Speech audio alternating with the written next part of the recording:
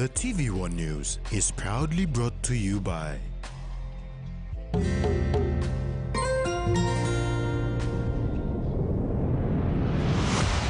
BSP, our bank, our people.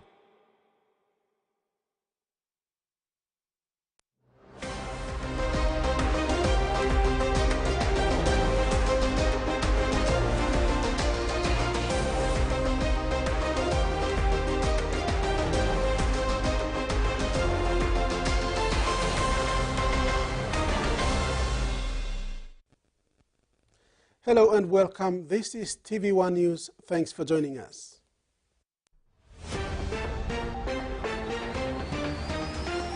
In this edition, Play School needs support. National Library reopened. And We Work Rugby League revived.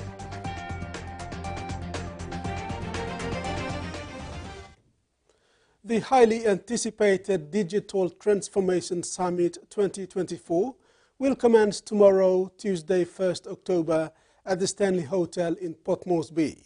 This is one of the key events in the country about the country's progress and advancement in information and communication technology.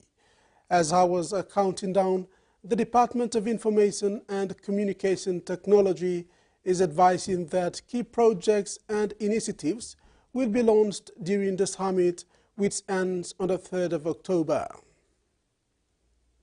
3 weeks have passed since a classroom of the Emmanuel Elementary School fell into Bumbu River in Ley, Morobe Province.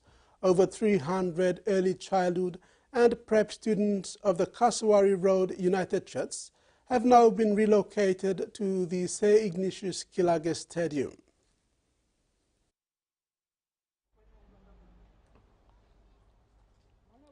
The Emmanuel Elementary School, which comes under the Kasawari Road United Church, suffered a devastating blow when its classroom and everything in it fell into Bumbu River on Saturday, September 7th. This occurred after the torrential downpour of August 23rd and September 6th. The 12 teachers were at their wits' end as they looked for options for the 334 students from early childhood learning to Preps 1 and 2. Teacher in charge, Dinis Saragum, approached the Ley City Authority for the use of the Sir Ignatius Kilage Stadium. We had a talk with the CEO, and he said yes for us to come and use the place. But then in that saying yes, we didn't know that it was going to be us renting it. So the arrangement is you're going to be paying, first of all they said it was going to be 150 per hour, and then I went back to them and negotiated. So they said it's going to be, we will only rent it for a day. I said, can we have an agreement that it will be only for a day and not an hour? So we went back to Noel Segro, who is looking after the indoor complex and the outdoor. So he said yes, and he gave us 250 for an hour, for a day, sorry, for a day for the next 2 months. So far it's about, including GST, it's about 12,500 kina that we'll be paying for to the LCA. The elementary school has already paid 5,000 kina. However, the balance of 7,500 kina can only be settled once parents resolve their outstanding fees with the school. The school is planning to end its academic year in November when the lease agreement ends. Rotational teaching will be conducted, and the staff have managed to clean the gym for their students to use. The school was established 11 years ago by the current United Church Urban Region Bishop, Reverend Jacob Harry. The school, however, has been fending for itself despite sharing the same premises with the Kasawari Road United Church since 2017. We would really need help because right now it's all going to be coming back to the school to do the payments for everything. So I don't mind about the payment. I will somehow, some way try to get it down, but I really need to get the students learning to complete the year on the way. Because today, as I said, we came here, the containers were not brought. I thought it was going to be done on Friday, but you know, everything is money. Everything is money, so I just... The elementary school has extended its gratitude to Consort Express Lines for coming to the aid with 2 containers, which they have stored the school's items in. Kamala Guare, TVWAN News, Ley. After 10 months, the National Library and Archives at Waigani opened today to students and public. More than 11 million kina worth of contractor payment is currently remitted and will be given to the 128 contractors as per their invoice. The country's National Library and Archives Service points reopened today after closing for almost a year due to delay in payment of contractors and the death of 20 contractors. The total contractors' payment is worth 11,943,000 kina for the 128 contractors, according to the list and invoices. Director General of the Office of Libraries and Archives, Dennis Bagelo, announced the reopening of the Library and Archives Office, acknowledging the Maraperoso government, Ministry for Education, and Department of Treasury for remitting funds to the Office of Libraries and Archives, ensuring payments are sorted and office is in operation. I would also like to acknowledge the chairman of the contractors, beg your pardon, and vice for being patient for the last 10 months without doing any causing any inconvenience for the offices, and the staffs and the facilities are all okay for us. In fact, as per the NEC directions that according to this, we will make the payments according to the listings that have been made. And listings will be paid as per the directives and will be delivered to the contractors. Bagelo clarified that the Library and Archive Office have been in operation since the closing of the office, and only the service points were closed off from public use. Director General Bagelo thanked Chairman of the Contractors Nelson Nebare and Vice Chairman David Parker for giving the green light to open the gates once again for service to the public. Our decision to lock down the library came about last year, October, when I lost 20 contractors while waiting for this payment died. That provoked me to lock the library because we got a decision from the government in April 2022. NEC has approved our submission.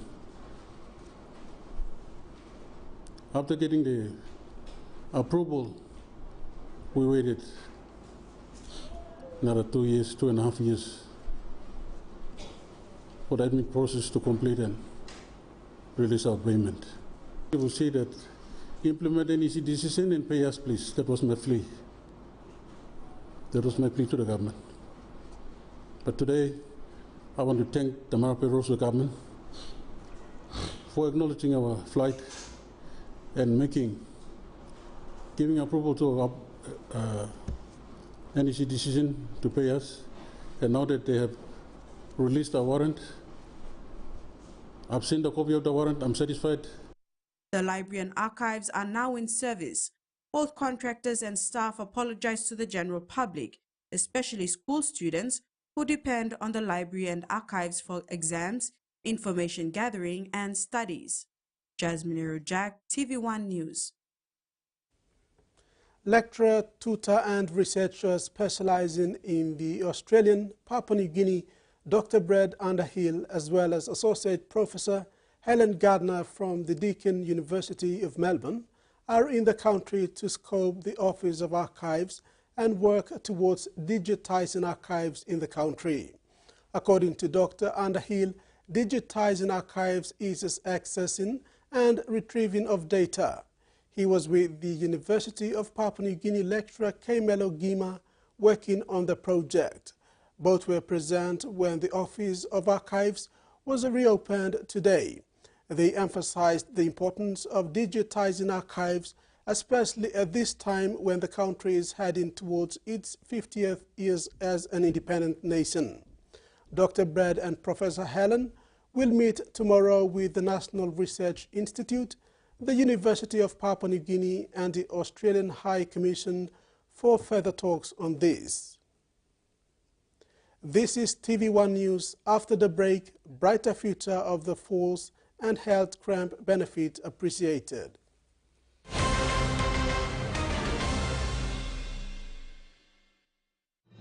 Experience a convenient and smarter way to do your banking with BSP Mobile Banking. You don't have to leave the office or your home to pay for bills. You can view your account balance, transfer funds, top up phone credits, or purchase Easy Pay units wherever you are.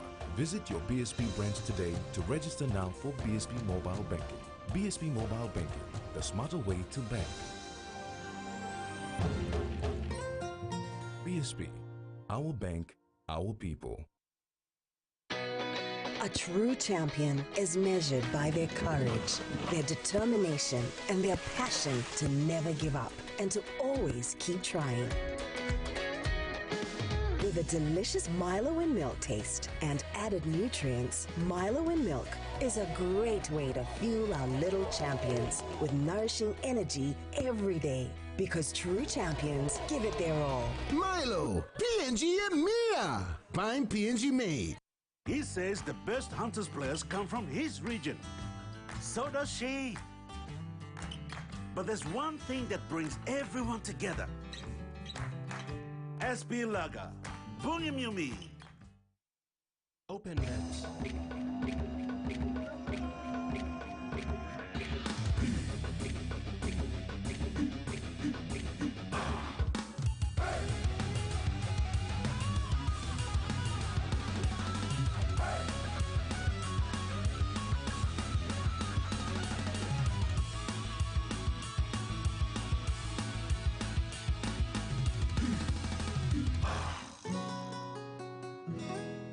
Are you thirsty for more? Celebrate this independence with Pepsi's new look, same great taste, and lower than low prices. Only $2.20 in stores now. Includes Pepsi, Pepsi Max, 7-Up, Mirinda, Mountain Dew, Gold Spot, and Coca-Cola. Hurry to your nearest store for more. A quick favorite meal for the day does feel good. Snacks Noodles is my choice for a simple meal. It is easy to prepare and fast to cook. And with a touch of flavor and ingredients, quality noodles that can be cooked and enjoyed in many different ways. You see, my whole family loves it. It's made here in PNG and comes in different pack sizes. Snacks Noodles, tastier but you like it more.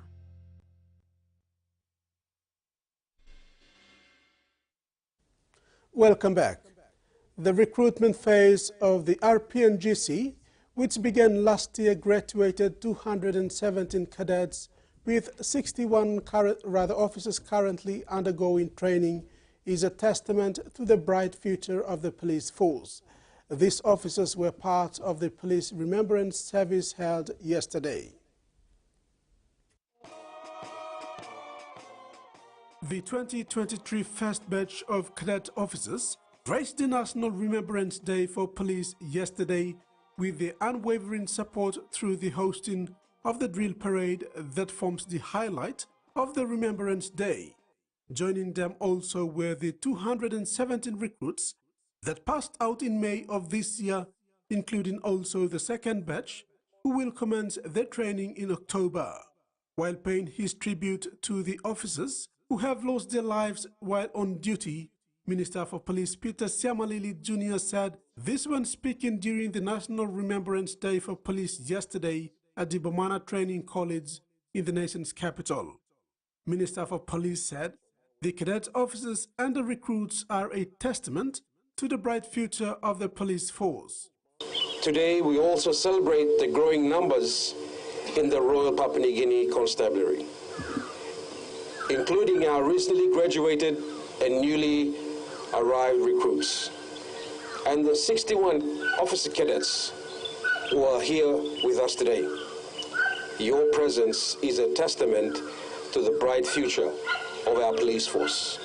Siamalili said the growing number of police force is made possible through the strong support of partners such as Australian Federal Police, who are the backbone of Papua New Guinea's police force. We also acknowledge the continuing strong partnership between the Royal Papua New Guinea Constabulary and the Australian Federal Police, who stand with us here today, and our partners with police force across our region.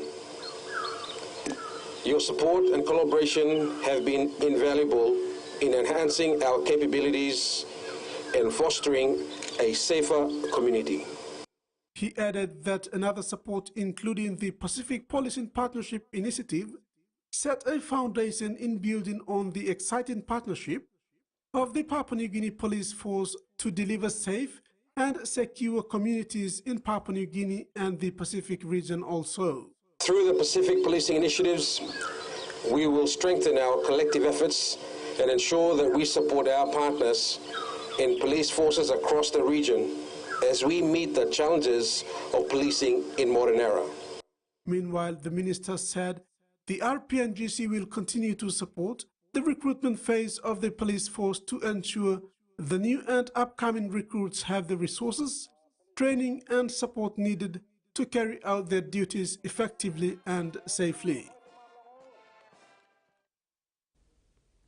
East Sepik Provincial Administration recently visited Oak Teddy Development Foundation to understand its experience in managing mine-impacted communities in preparation for the upcoming Frida River project. Leader of the delegation, Martin Toravai, met with OTDF representatives and acknowledged the challenges, particularly logistics, in the remote and geographically complex region of the project area. The East Sepik delegation was particularly interested in learning how OTDF supports mine-impacted villages, given its experience in community development in the CMCA region of Western Province. OTDF representatives shared their strategies for engaging with affected communities, focusing on transparent communication, strategic partnerships, supporting alternate livelihood options, and ensuring sustainable development. Papa villagers of Central Province thanked stakeholders for a free medical camp conducted in their village recently. They say the medical checks was timely and important. However, the recent one-day visit couldn't cover all villagers. The introduction of the free medical camp at Papa Village has opened the eyes of the people, especially the chief and the councillor, to the need for health care that exists. One thing that was noticed was that one day was not sufficient to do a thorough health check. With this medical camp that happened to our village, we really appreciate the presence, and also we have experience now that if this should be continued, whether we don't know whether it's so much, it will be so expensive for this, or whether how do we liquidate it. But like coming to our doorsteps is really getting those really in need for medication, and with some of the older ones that have been lying in houses, made themselves available that time. So that was the one of the areas that I was very, very happy about. The village of 2,225 people eagerly waited for their turn to be attended to on the day. However, there was not enough time, as those doctors in attendance were practicing medical officers who were on call and thus had to return to Port Moresby. Nevertheless, those who were attended to were quite satisfied with the result. I had eye problems. During the night, as a tailor, I used to sew.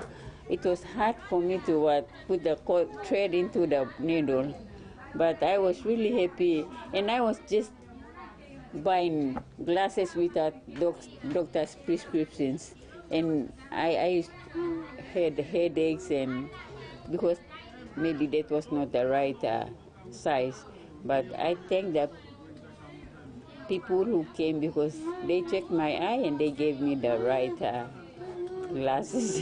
They check him, even they scan his belly, and then the result was baby's belly was empty. He was malnourished baby, first symptoms.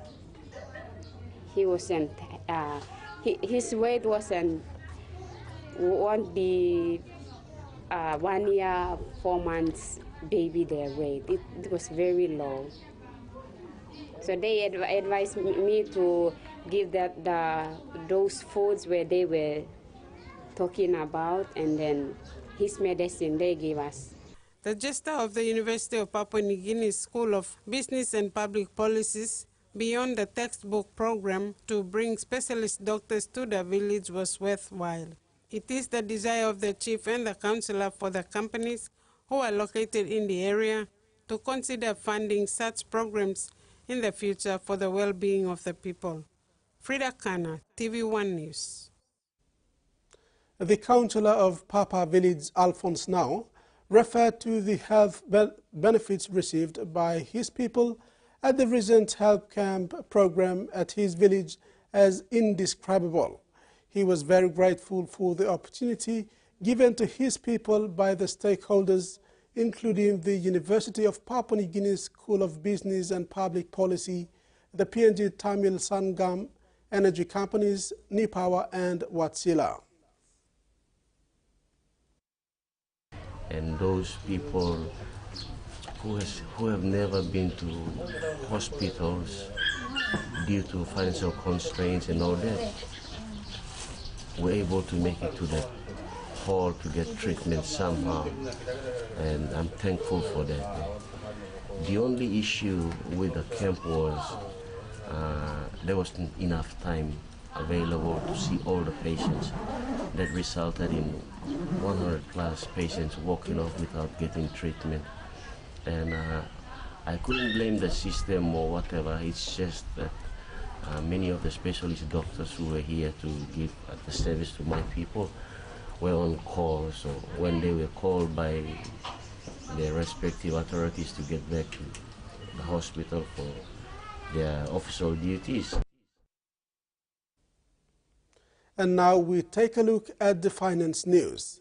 The kina closed lower at 0.2552 US dollars in the interbank market at Bank South Pacific.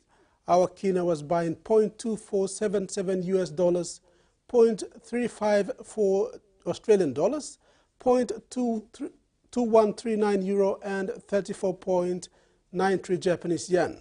Looking at commodity prices at New York close, all closed higher except gold and coffee closed lower. And on the stock market, the Dow Jones closed higher, ASX closed higher, and all ordinaries closed higher as well. TV1 News continues when we return. Stay with us.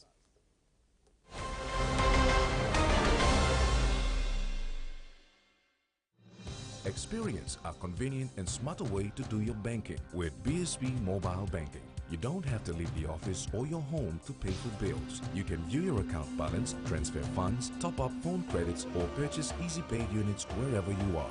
Visit your BSB branch today to register now for BSB Mobile Banking. BSB Mobile Banking, the smarter way to bank. BSB, our bank, our people. Hiya, Mama. You wait then, let me add him special flavor. Put in more flavor, put in more taste. Magic Kakaru, get up and big smile on face. Time cooking chicken, a great kumutu. Sip, sip, da moo, yes, magic on you. Magic, the taste PNG loves.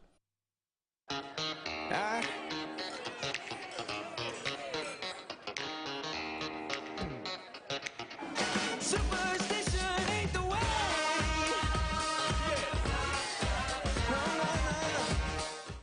All Mama Flame is not all same. Me say you sing flame flower long one him. Me say me Kim Kai Kai belong family belong me. You go more yet.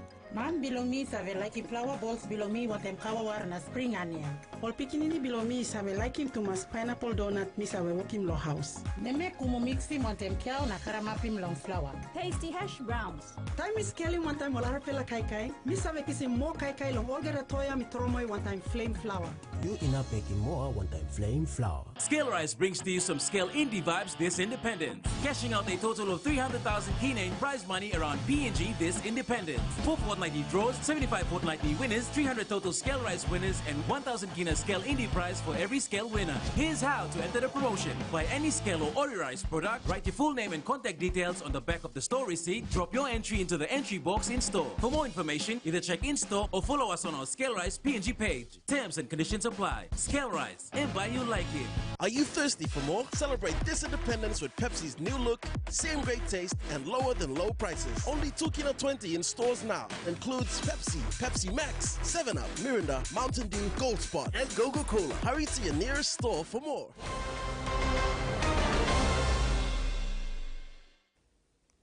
Thanks for staying with us. Turning abroad, Vanuatu delivered a hard-hitting address to the 79th session of the UN General Assembly in New York Friday, slamming global inaction on climate change, international financial reform and decolonization. It criticized the continued global inaction on climate change, calling it is a betrayal of the international community's commitment to protecting vulnerable nations like Vanuatu from its devastating impacts. Climate action is a global responsibility, and Vanuatu called for industrialized nations to be held accountable for their contributions to the climate crisis. Rallies are taking place around the country protesting the ongoing Gaza conflict ahead of the one-year anniversary of the start of the hostilities. One-year anniversary since the start of the deadly Gaza conflict are kicking off all around the country. This protest here in Sydney's Town Hall is peaceful, but it is extremely passionate. We've seen demonstrations happen almost weekly here, but this has been one of the largest turnouts, with estimated over 1,000, perhaps 2,000 people here in attendance. Attendees have described feeling worried and concerned for family members in both Palestine and Lebanon, but also for civilian deaths. I think that politics aside, there's been too many people who've lost their lives, and that should be the focus on everyone. It's children that are dying every day, innocent people that are dying every day. So we want the world to know what's really going on and who the real enemies are. We're here today for humanitarian reasons, nothing more. We want this to stop. We want children to stop dying. We want mothers to stop dying. We want people to go to school. We want them to finish school. We want people to live in peace. And that's the only thing we want.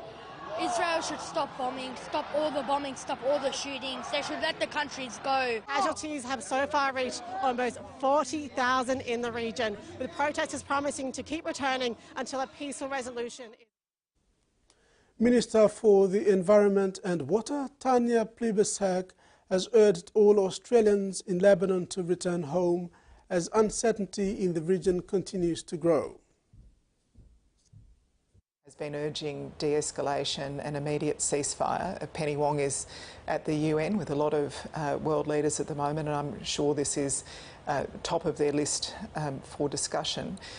What we have been saying since October last year is that any Australians that are in Lebanon should come home immediately.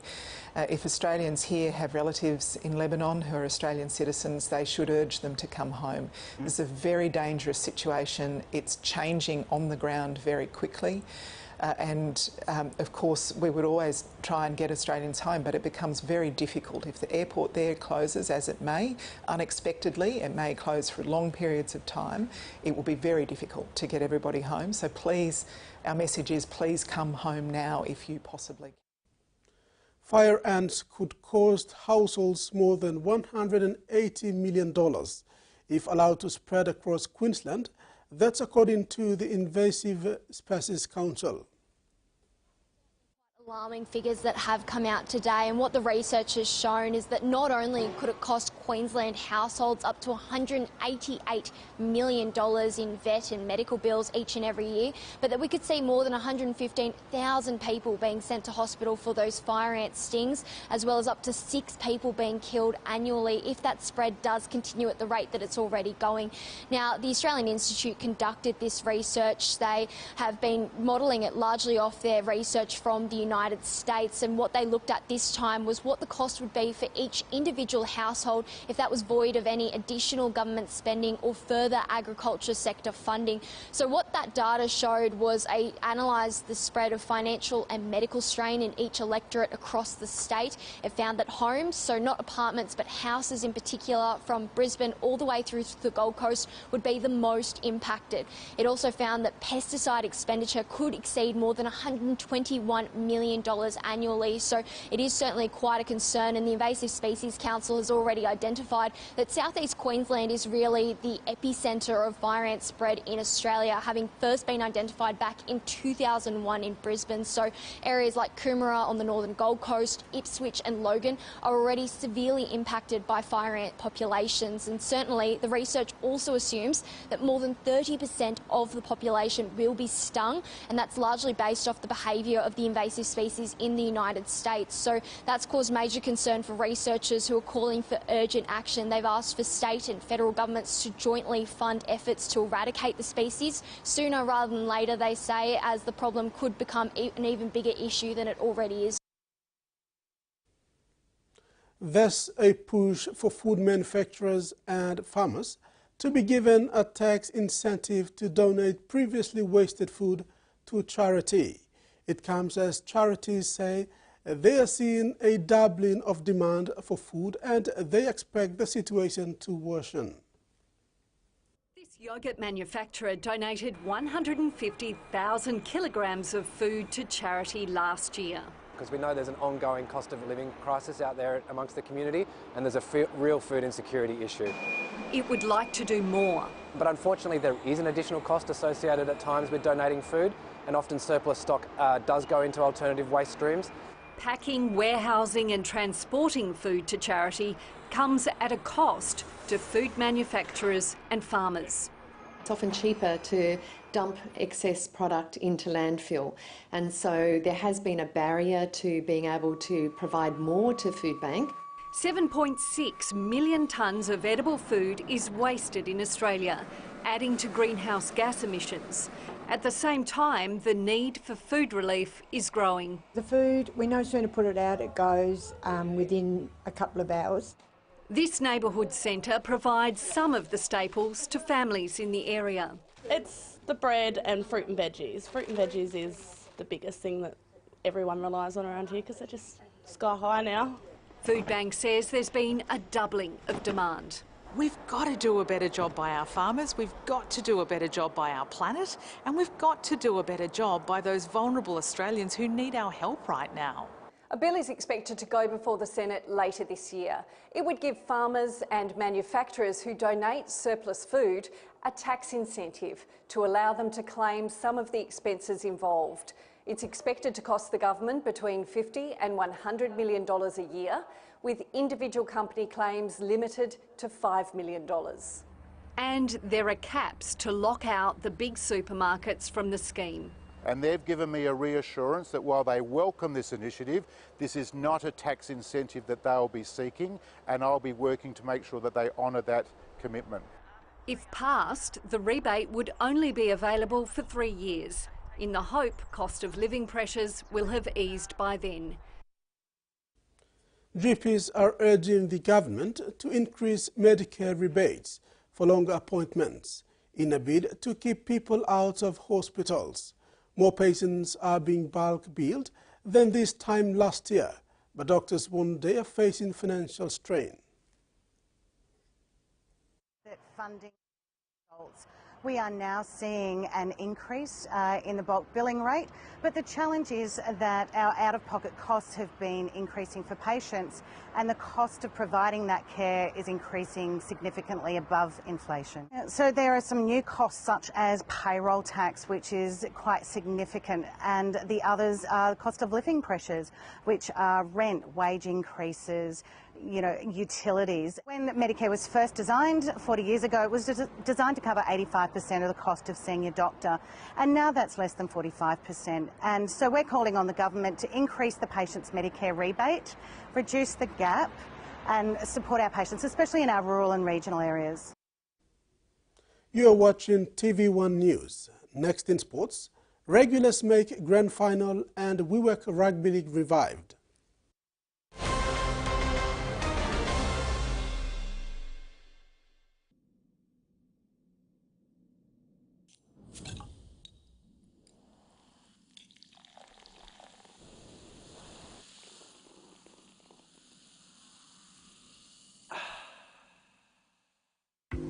Beauty is my business, but beauty sure is a tough game.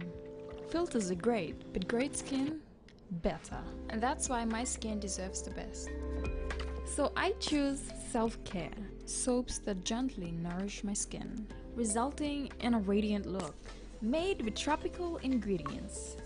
I trust self-care from City Pharmacy, so bring it on! My skin is ready and so am I. More than the life we've known, there is more to what the future holds. You me holy man, no walk one time. Oh, oh, oh, oh, oh, oh, oh, oh. We dare to be living incredible things. Oh, oh, oh, oh, oh, oh, oh, oh. With money plus we're ready to go. These two are creeping into your personal space. Why don't we send them packing? Oh, or maybe not. Bing bang bing. Bum bum. St. John Ambulance, how can we help you? Calls like these are part of our day-to-day routine at St. John Ambulance. Space, this is Alpha 130. We cannot locate the patient or the house. Our crew is unable to locate you. Ma'am, I would like to send you a text which has a link that can help us find you. Introducing the GoodSim application. When you click on the link, you give us permission to log into your location and get to you in time. Confirmed of space. Alpha 130 has arrived on scene. You can find all our local news, sports and entertainment on the TVWAN Extra page on our website. TVWAN Extra gives you access to Scope, Panthers and digital ExxonMobil Cup highlights and many more. Just one click to access. Stay updated, stay entertained. TVWAN Online, just one click away.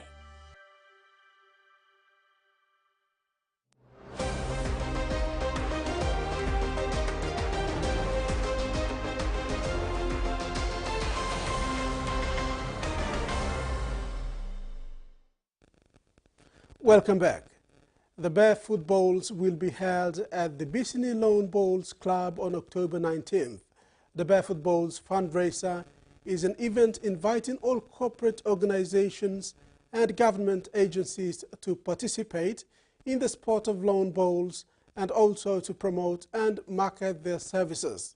It is also to strengthen business relationships and marketing. The event will involve a limited number of 16 teams. Each team will consist of 4 players. That is a mixture of men and women. So an organization can put more than one team to take part. A formal of selections, will be played into finals and prizes will be given to winners. This event is inviting organizations to register at a fee and participate to support the Pan Pacific Masters to be held in Gold Coast, Australia from the 1st to 10th of November.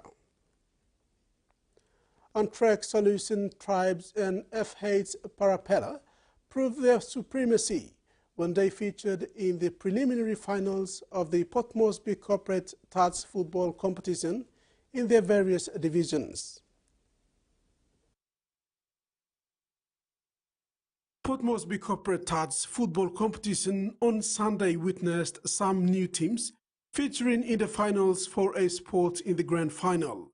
Among them were grand final regulars, On-Track Solutions Tribes and F8's Parapellas.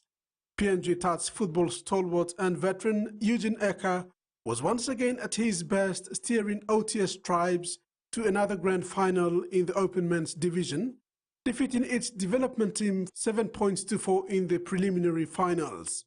This was not a surprise to the game's manager, Linson Sogone, since both OTS Tribes and F8 Parapellas advanced to the grand final. We have on-track tribes and IFAT's Parapella. They are the strongest teams that we have. They are frequent. They always playing grand final in that pool. While they deserve to play in the grand final, the game's manager highlighted that both teams post a handful of representative players in the team, which has helped them over the years to stay on top of the competition. Most of the players are the players who made up the PNG team for the touch in the Pacific Game and World Cup. So core of the players are in on-track tribes and Parapella. Sogone said the competition does not discourage teams from fielding representative players, as the tournament is about socializing and networking. The Port Moresby Corporate Touch football competition hosts about 12 teams this year. 6 corporate teams joined the competition this year. The competition saw players participating in 6 divisions: Open Men and Women, Open Mix, Masters and Juniors. They have been playing in Pools A, B, C and D. The final is scheduled for Sunday, October 6th at the Murray Barracks Oval. Rex Litter, TV1 Sports. Port Moresby Rugby League minor premiers Royals put on a dominant performance on Sunday to knock off an equally strong Hebo-constructed Hanuabada Hawks 14 points to 8 in the preliminary final. Royals will play Coney Storms in the grand final this weekend.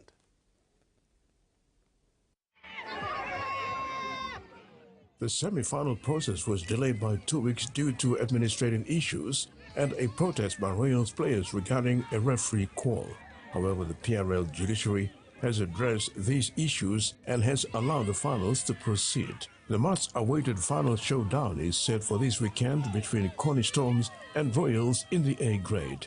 In yesterday's prelim final, an equally strong Hawks outfit took on Royals, who made a strong statement early, dominating both sides of the ball in attack and defense that got the much bigger Hawks backpedaling and forcing them into errors. The young Royals side, led by captain Ismail Rodney, a survivor from the 2022 Premier team, played a good tactical game through the middle of the rack, setting the platform for their skill, speed and agility on the edges to cause problems for the Hawkies, but blew several scoring chances earlier in the first half. Hawks' big guns Tony Moide, Patrick Moria and Ricky Ako were well contained by the Royals' unrelenting defense that got them gasping for air. Errors and ill discipline did not help their cause, conceding 2 first-half unanswered tries to Rodney and winger Junior Inugu to take the lead 10-0 before Hawks reciprocated through 2-try hero Omega Jogoba to trail 4-10 at halftime. Royals captain Rodney played a leading role in the win. He praised his boys for sticking to their game plan.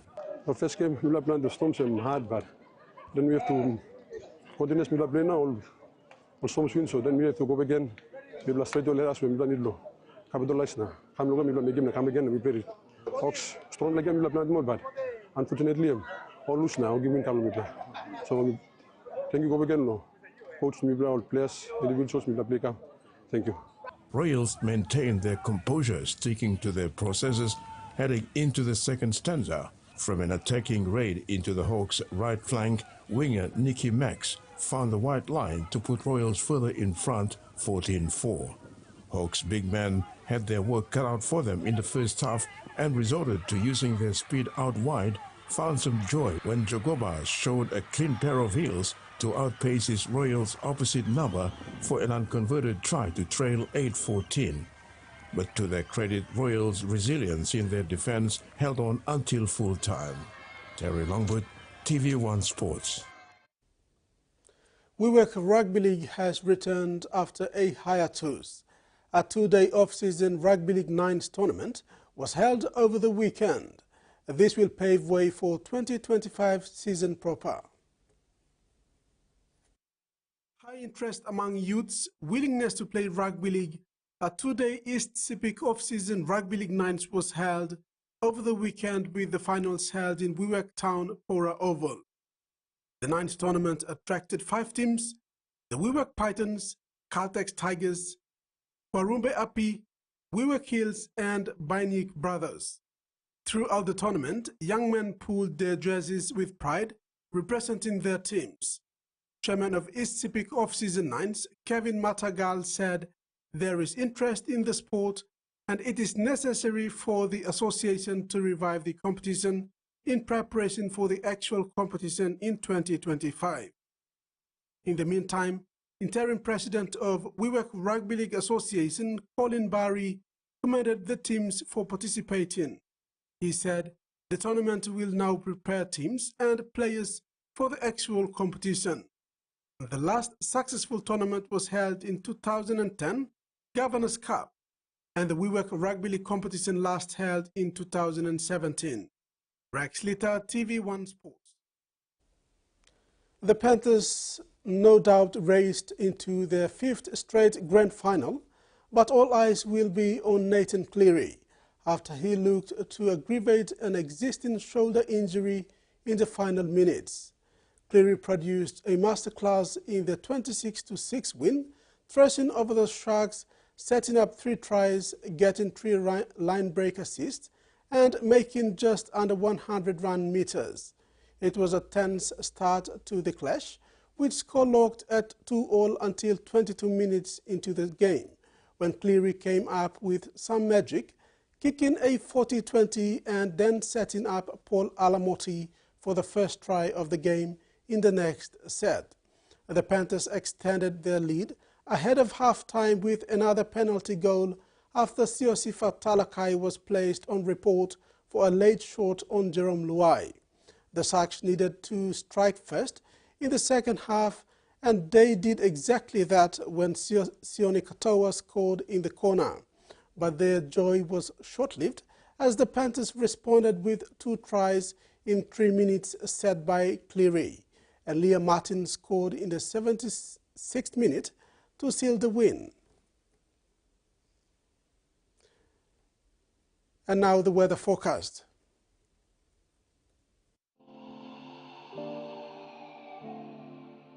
In regional forecast, southern, but mostly partly cloudy with inland showers and possible thunderstorm. Daro mostly fine, Kerema partly cloudy with some rain and possible thunderstorm.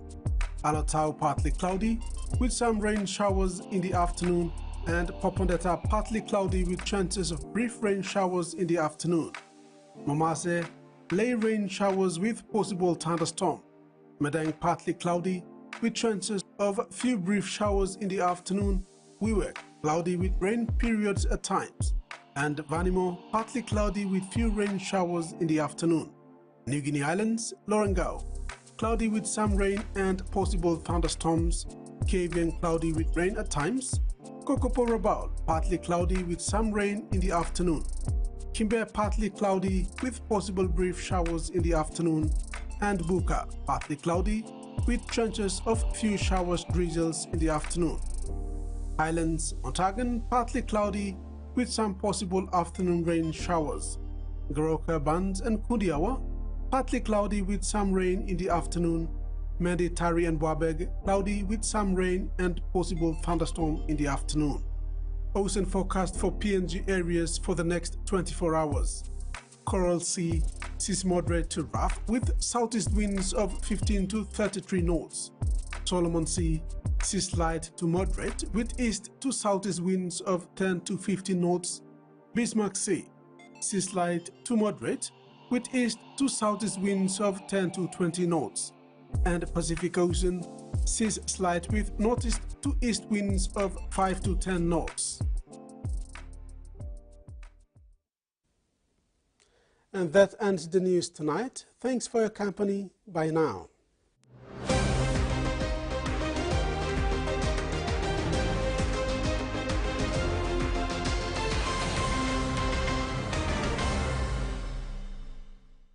The TVWAN News was proudly brought to you by